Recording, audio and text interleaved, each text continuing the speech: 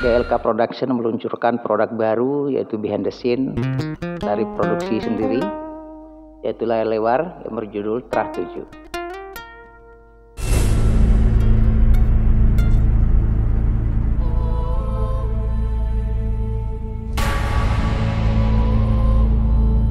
Ada arwah yang mati penasaran, dan dia minta tolong sama lo untuk menemukan jasadnya. Gue tuh tahu banget lo siapa, dan gue lihat Alea ada di rumah. Kamu mau mati nggak wajar kayak Stella? Iya, Stella meninggal.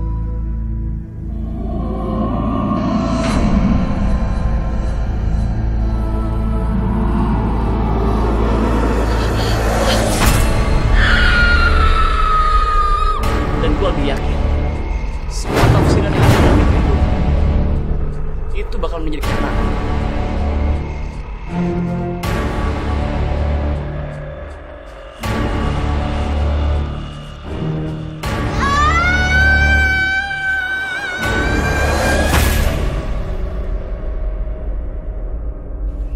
Cukup Stella yang jadi korban gara-gara lu.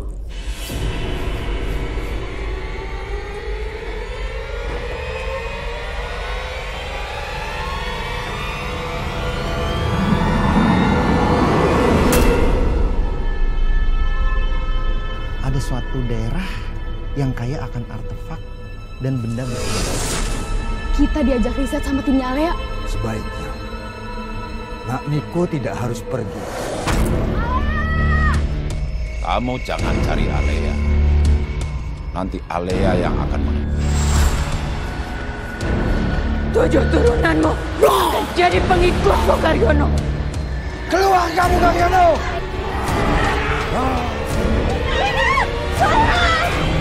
Ini semua gara-gara lu, anjing. Kita harus pergi dari sini. Kemana-mana? Gak tahu, sumpah!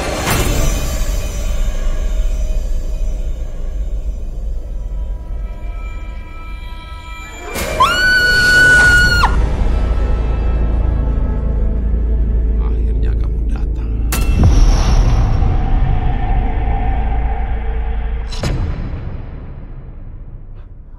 Oke, itu tadi kita sudah menyaksikan bagaimana trailer Trah 7. Keren bukan? Mustamin Karim kembali untuk Anda dari Diana Limbong Kreatif Production. Segmen-segmen di dalam program ini, yang pertama adalah kita tadi sudah menyaksikan sama-sama trailer dari film Trah 7. Segmen kedua adalah behind the scene dari hari ke hari, days 1, days 2 sampai terakhir. Segmen berikutnya adalah segmen tanya jawab atau mungkin berbincang-bincang dengan salah satu dari pemain Trah 7 tentunya. Kemudian segmen selanjutnya adalah jawaban dari pertanyaan-pertanyaan yang masuk ke dalam inbox dari Diana Limbong Kreatif ini.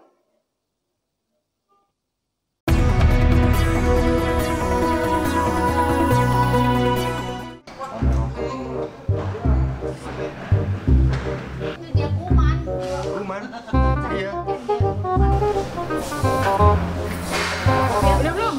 Hai guys, sekarang kita lagi syuting hari pertama. Syuting apa sih kita? Trah 7.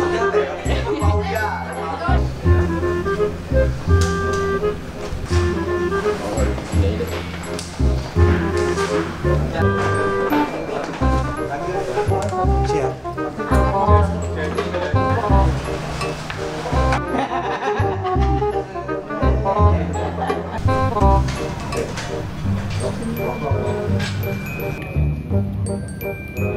Cinta itu nggak harus memilih. Bersujud ke Allah adalah kelihatan banget. Gak apa-apa.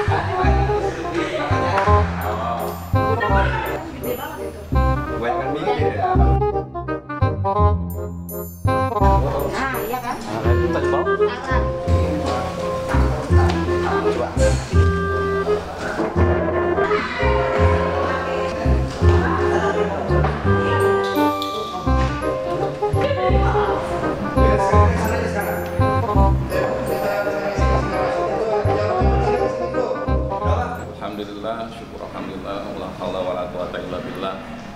Terima kasih kepada rekan-rekan kru maupun teman-teman artis yang pada pagi hari ini kita memberikan semangat. Insya Allah sebelum kita memulai nanti ada kata sambutan dari director kita dan juga sedikit doa dari saya.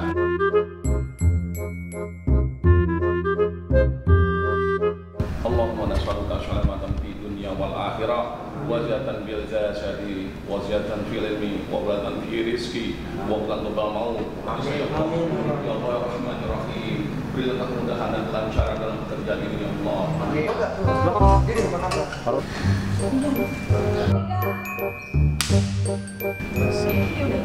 Lebih baik kita kesana sekarang. Ini semua benar.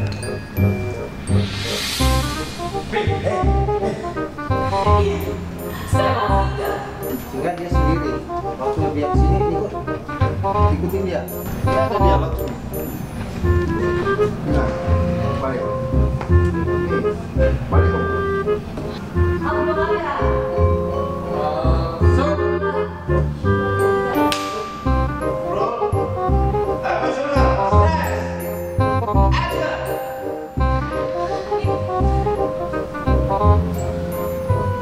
Ini semua benar. Sampai di layar TV kelihatan. Ada sudah ya.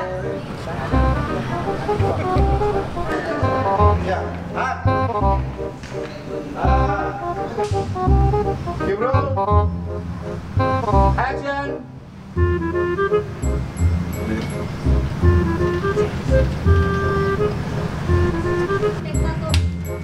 Outside and action.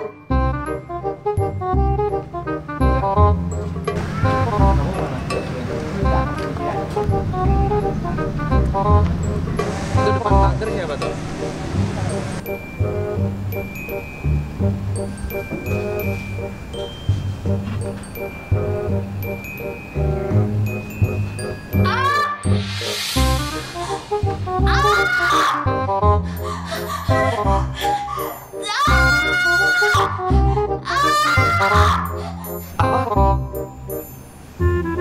Oke, gua tunggu. Hai guys, sekarang saya berada di lokasi syuting terakhir. Ini dong. Take from back.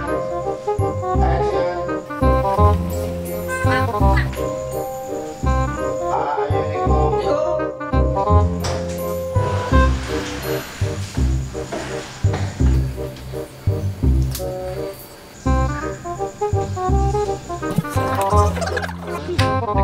Liatin Bang Mer, liatin Bang Mer. Bagus be, pakai koet atau apa? Randang. Gua merasa bersalah. Emang lo tahu dia meninggal karena apa? Gak ada yang tahu kan, kita semua juga. Mana gua tahu. Gua kenal aja enggak gua sama dia.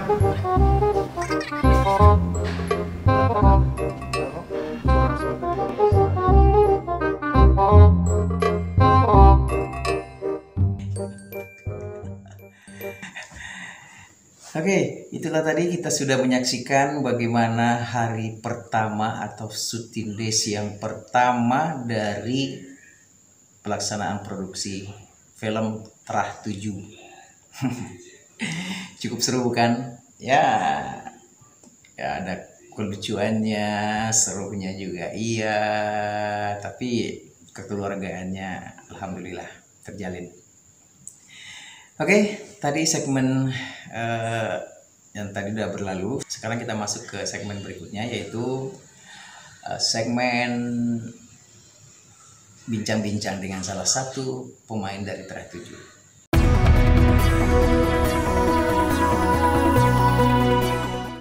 Dan ini hari pertama, tentunya yang akan kita temui adalah tokoh utamanya.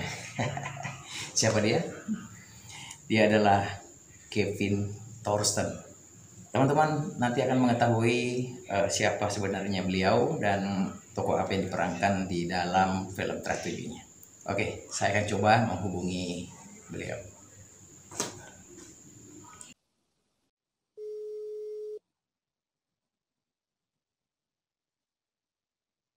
Halo, assalamualaikum. Waalaikumsalam. Apa kabar bang? Ya alhamdulillah sehat. Lagi di mana nih? Wah, lagi di Bali biasa ya kan? Wih, pulang kampung dulu ya. Kirain ke Makassar pulang kampungnya. Oh enggak, balik ke Bali bang biasa. Temu nyokap ya kan? Oh iya Abang, betul. apa kabar?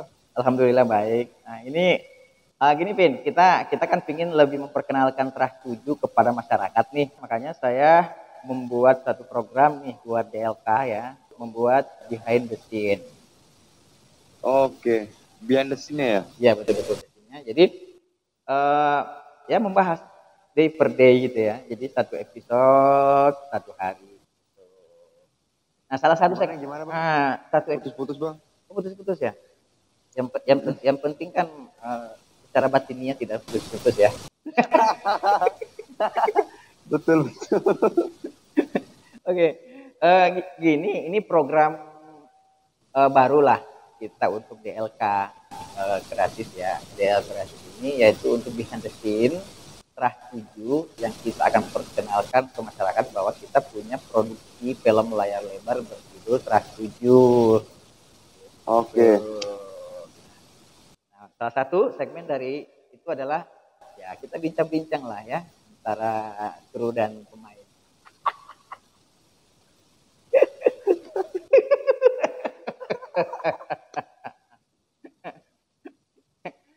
Ya. Jadi ketawanya bentar-bentar.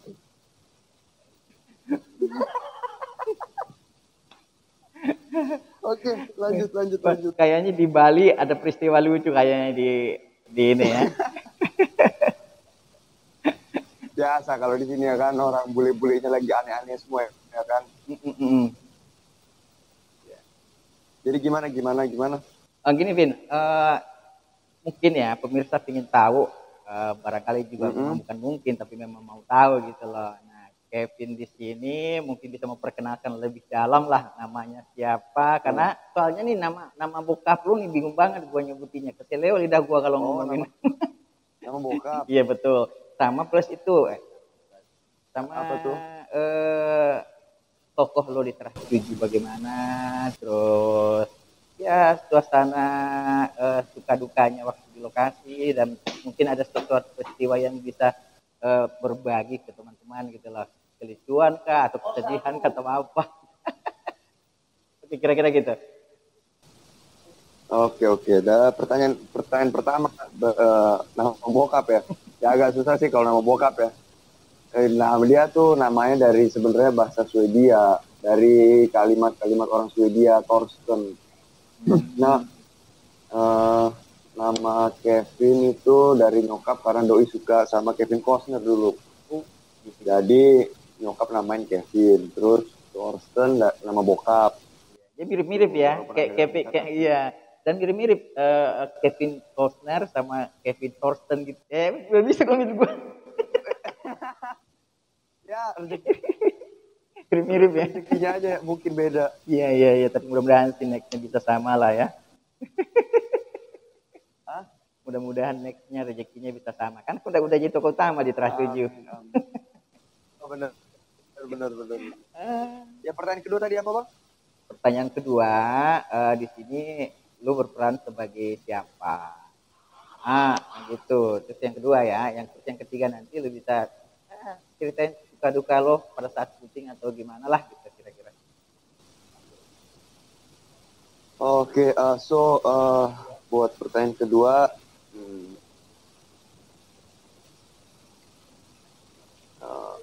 aku ini berperan sebagai Nico ya.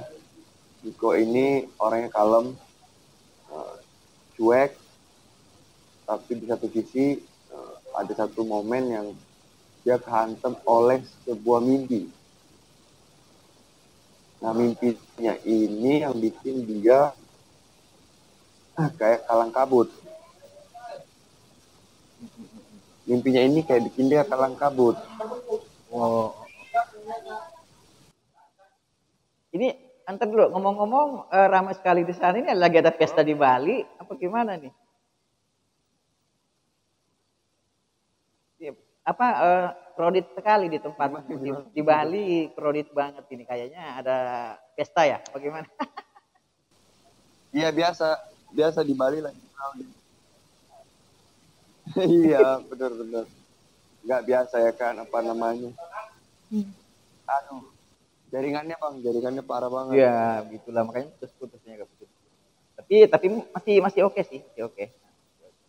Jaringannya masih oke. Masih oke di sini. Oke, dilanjut mungkin bisa tadi kan sudah ada mimpi-mimpi segala tadi itu gimana kelanjutannya? Iya, jadi Niko ini dihantam oleh mimpi yang agak aneh ya menurut Niko sendiri. Nah, mimpinya ini sedikit cerita ya. Mimpinya ini dia kayak dipelet gitulah sama seorang perempuan ya kan, melalui mimpi lah ceritanya. Kalau bahasa Indonesianya kan. Iya. Ya kan. Nah, mulai dari situ dia tuh bertanya-tanya, siapa sih ini perempuan? Oh, ya. Gitu. Wah, pokoknya ceritanya kalau diceritain wah, jamin deh ini kalian yang nonton di bioskop ya, aduh, tahan kencing sampai selesai film. Tahan kencing ketakutan apa memang kebelet. Oke, Vin, kalau memang demikian, saya rasa sih penonton nih sudah tahu nih Kevin Thorsten, ngomong dah. Kevin Thorsten ini berperan sebagai Niko. Nah, terus di dalam film ini dia terhantui oleh mimpi dan seakan-akan itu kenyataan gitu ya. Betul. Sampai akhirnya sisi horornya adalah sisi horornya ini nanti beda dari genre-genre horor kebanyakan ya, kalau bisa saya bilang, karena di sini satu kebersamaannya, kekompakannya, kekompakan antara karakter masing-masing. Terus dari jalan ceritanya bukan cuma horor 100% horor ya. Di sini diceritakan juga ada suka dan dukanya, ada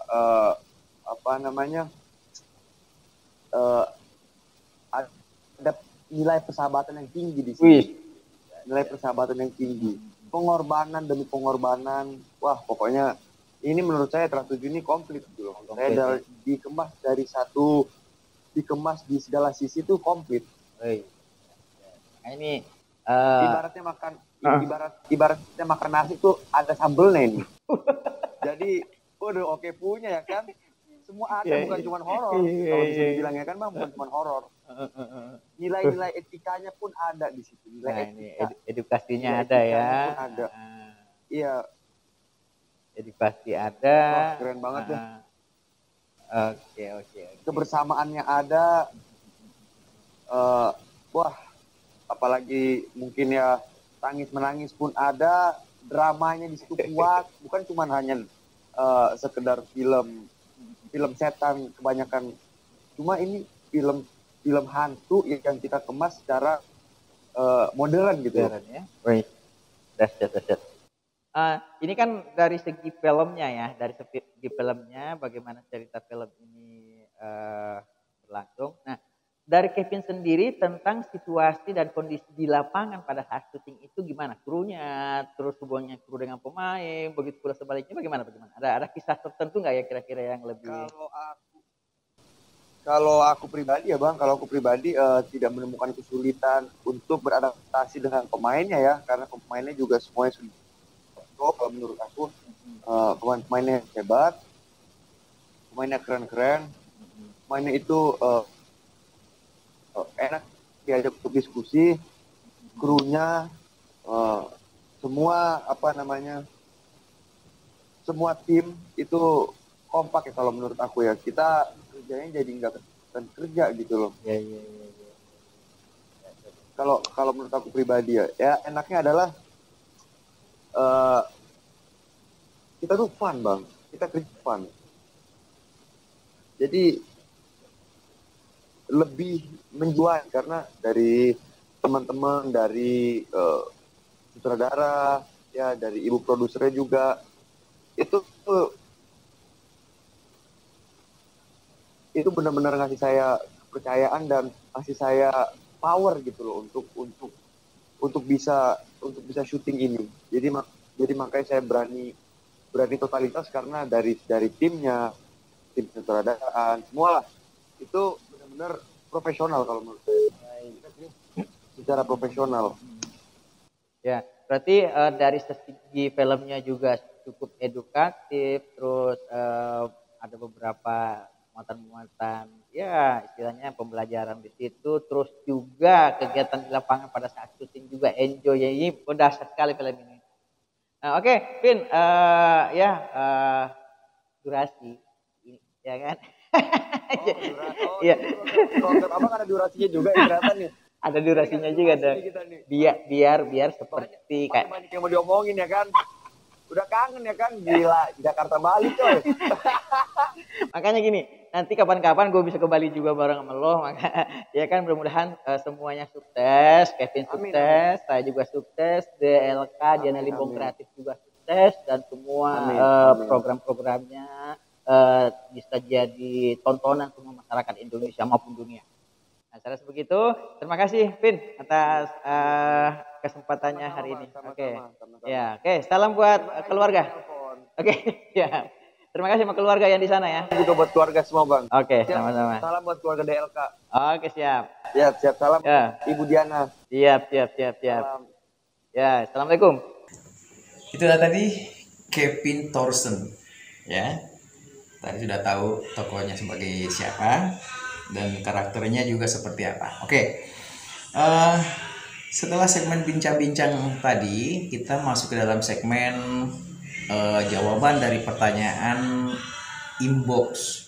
Jadi pesan yang masuk, pertanyaan yang masuk ke dalam inboxnya Diana Limbong Kreatif ini.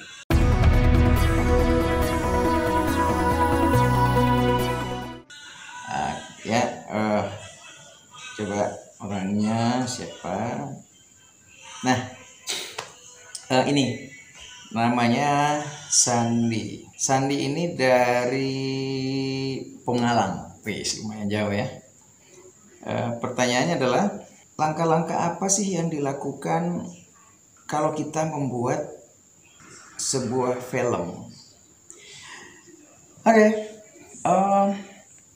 Tahapan-tahapan di dalam pembuatan sebuah film itu ada 3 tahap yang paling besar. Yang pertama adalah praproduksi, kemudian yang kedua adalah produksi, dan ketiga pasca produksi. Apa yang dimaksud dengan praproduksi, produksi, dan pasca produksi? Berikut penjelasannya. Praproduksi adalah sebuah kegiatan yang dilakukan dalam artian persiapan sebelum kita masuk ke tahap selanjutnya, itu tahap produksi. Nah, di mana di dalam tahap ini melalui tahap proses-proses ya sampai akhirnya masuk ke tahap berikutnya, itu produksi tadi. Pertama-tama harus ada ide. Ide ini konsep, format atau apa yang ingin ditampilkan atau yang jadi pokok dari film yang kita akan buat ya. Nah, ide itu bisa datangnya dari produser, juga bisa datangnya dari sutradara, ada juga bisa datangnya dari penulis ya, kemudian diajukan ke produser sampai akhirnya di ACC konsep atau ide itu. Nah, setelah disetujui oleh produser ide tadi, dibuatlah sinopsis oleh penulis. Nah, setelah sinopsis jadi, kemudian diajukan kembali, dilihat oleh produser. Nah, mungkin ada beberapa tambahan atau apa, ya. Nah, setelah oke, baru dilanjutkan ke tahap berikutnya dalam penulisan ini, yaitu membuat treatmentnya. Apa itu treatment? Treatment adalah sebuah rangkaian scene by scene, adegan by adegan, sekuen by sekuen. Sekuennya itu ada keterangan saja, jadi tidak ada dialognya, belum ada. Ataupun kalau ada dialog ya 1-2 hanya untuk dialog itu merupakan acuan saja nantinya, dan itu ya kemungkinan jangan sampai hilang, atau mungkin ada penekanan tertentu di dialog itu, takutnya pada saat penulisan kelupaan gitu. Oke, setelah treatment tadi sudah di ACC oleh produser, maka ditulislah skenarionya. Nah, skenario ini ditulis nanti secara utuh ya, secara utuh dari awal sampai akhir daripada cerita dalam skenario itu. Nah, setelah itu baru biasa diskusikan kembali. Nah, sampai akhirnya dinyatakan skenario itu fix. Kalau sudah ada skenario fix, baru mulai dipanggil yang namanya desain produksi.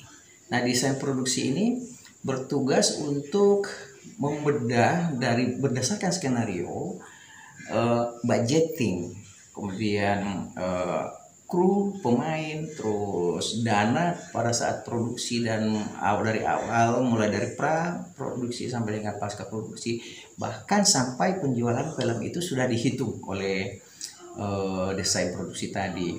Nah, kalau kita sudah mendapatkan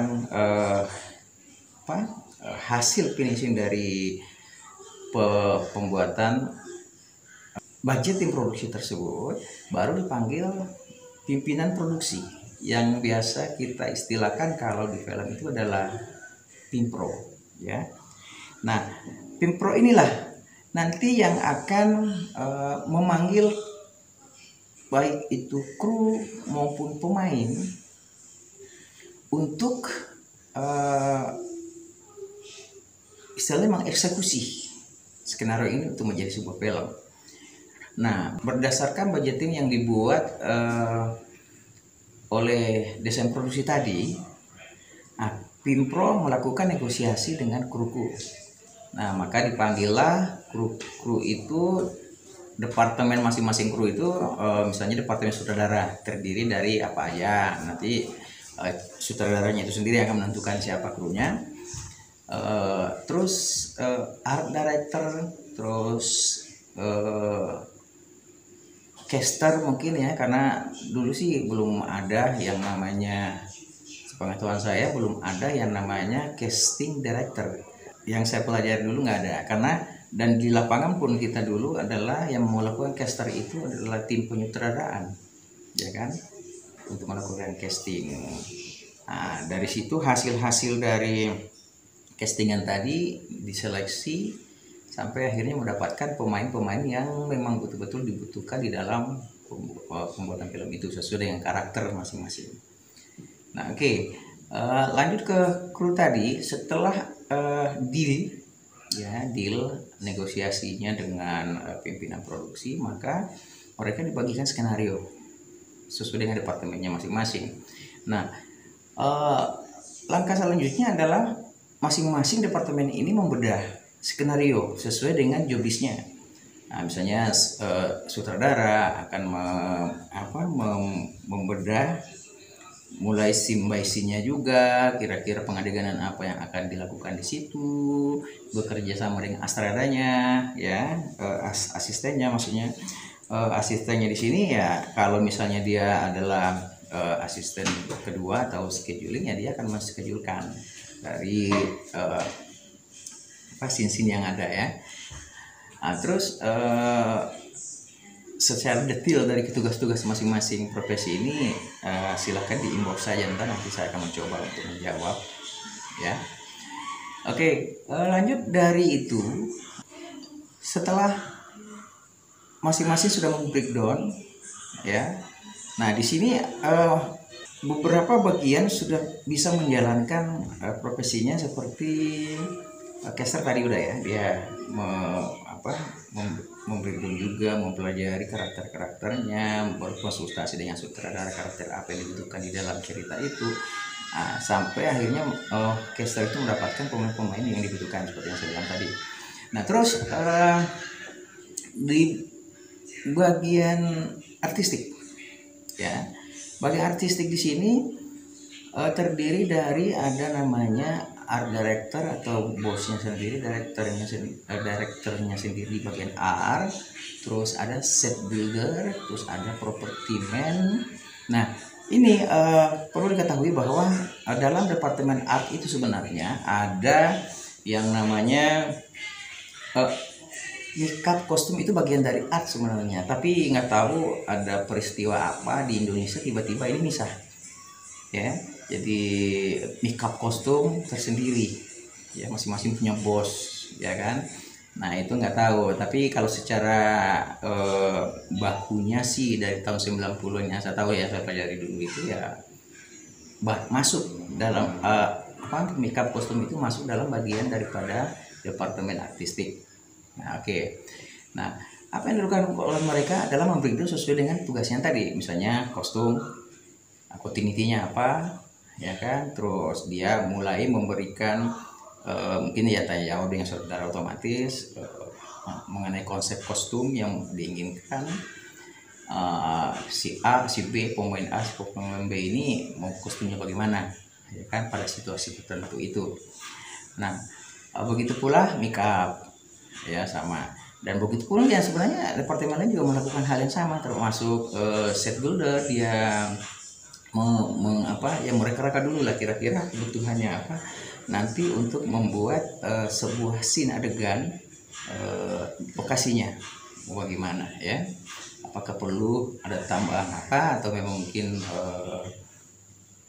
ya sesuai dengan konsep skenario lah, ya, konsep skenario dan juga konsep dari sutradara tentunya. Nah terus ke berikutnya yaitu setelah semuanya sudah bekerja ya sesuai dengan departemennya masing-masing, ya. Nah tahap selanjutnya adalah melakukan hunting lokasi. Nah hunting lokasi ini biasanya dilakukan oleh ya untuk pertama kalau masih hunting sih biasanya ada juga tanpa kameramen ikut bisa. Tapi yang penting sini adalah unit, terus dari departemen harus ada. Nah terus ya artistik lah, ya artistik. Nah oke. Nah kenapa di hunting ini akan dipilih lokasi-lokasi yang sesuai dengan karakter set yang dibutuhkan, ya. Nah mungkin ada beberapa alternatif pilihan, misalnya satu set utama misalkan ada 3 pilihan. Nah udah difoto, di video dan sebagainya. Nah setelah sampai ke kantor kembali didiskusikan di mana kita harus menetapkan set mana yang kita butuhkan, ya kan. Nah setelah itu semua fix, dari set udah fix, terus yang lain juga sudah fix. Nah terus departemen yang penyutradaraan misalnya yang masih di Jakarta melakukan workshop, ya, bagi pemain-pemain. Nah workshop di sini sebelum diadakan reki ya masih, karena kan kita tidak tahu bagaimana situasi setnya, bagaimana blockingnya kan. Nah kita belum tahu setnya, tapi untuk blocking mungkin masih bisa mereka reka dulu dari berdasarkan skenario. Nah diadakanlah workshop itu, dilatih dialognya, ekspresinya, terus movementnya mungkin, ya.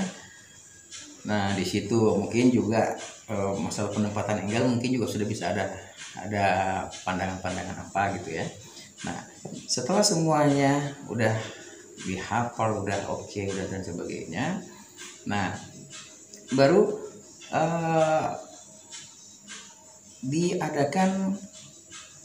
diadakan script conference. Nah di sini script conference dilakukan itu all crew, ya, terutama chief atau pimpinannya. Nah di sini dibahas skrip itu dari awal sampai akhir, ya, dari awal sampai akhir. Mulai dari dialognya, apakah ada perubahan atau bagaimana, terus mengenai masalah setnya, mungkin ada pengubahan adegan atau bagaimana, itu semuanya dituntaskan di situ, ya.